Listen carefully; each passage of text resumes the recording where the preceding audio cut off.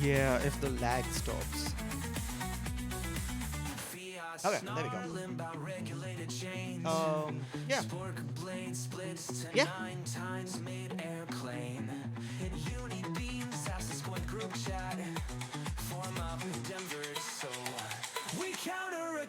All right, presenters, your time begins in 3, 2, 1. Hi everyone. So we built Semicolon fingers over the build week, and this is a project to address the loneliness epidemic in the world. It does this by converting stories to color moods, and then that to colors. And the colors are in a hue, saturation, and lightness scheme.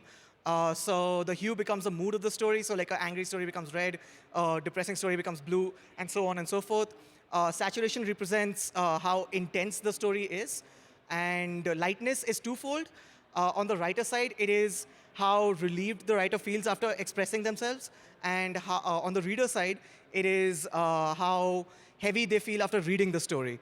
And the expectation is that they should be inverses of each other, but it would be cool to see if that is not the case when this scales out. So yeah, so you can either empty your mug from the landing page, or you can pull someone's thread.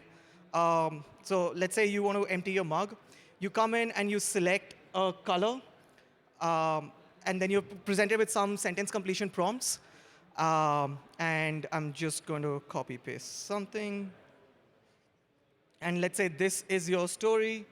You move on, you title it, and Tuesday, sorry.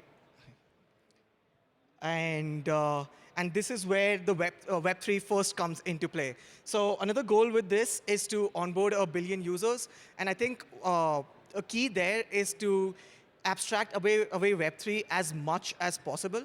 And this is why, like on screen number 4 or 5, the user is first presented with Web3. But as they can either sign up or they can sign in.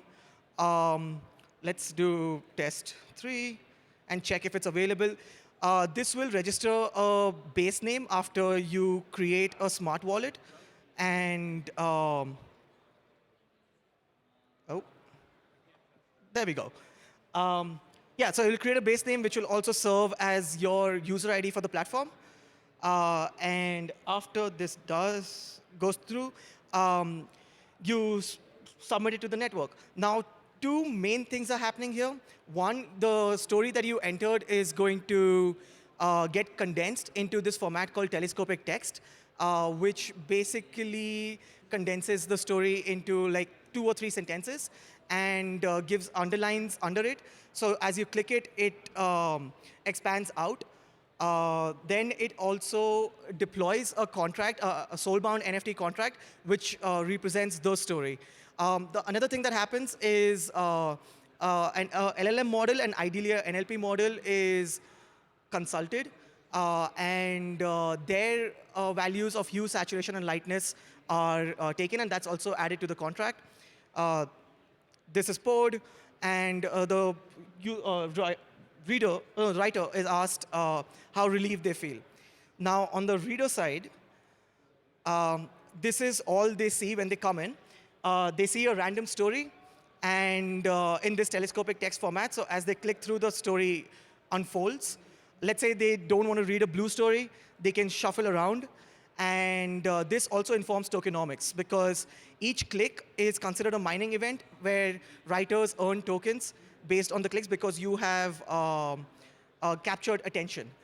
The final aspect of this is, or two final aspects of this, I'm going to rush quickly, is one, as soon as this is done, the reader is asked what their perception of their mood and intensity and heaviness was, and that serves as data points to train or fine-tune the agent on-chain.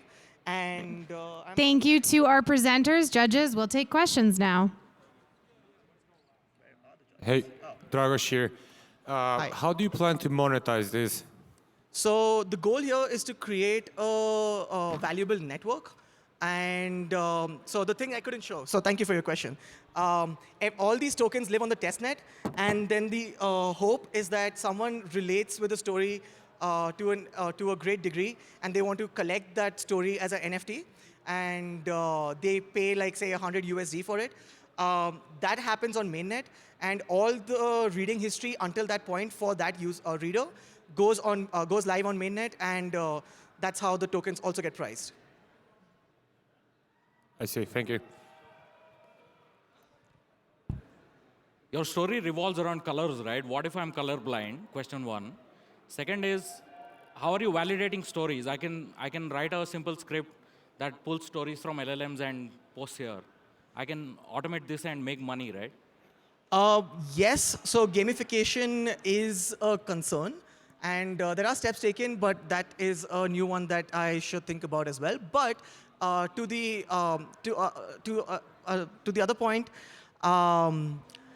I'm also thinking of like deploying this on like different chains to align with the chain's identities. So on base, it is about emotional stories or personal stories. On story protocol, it will be IP based, so like fiction or novels and stuff like that.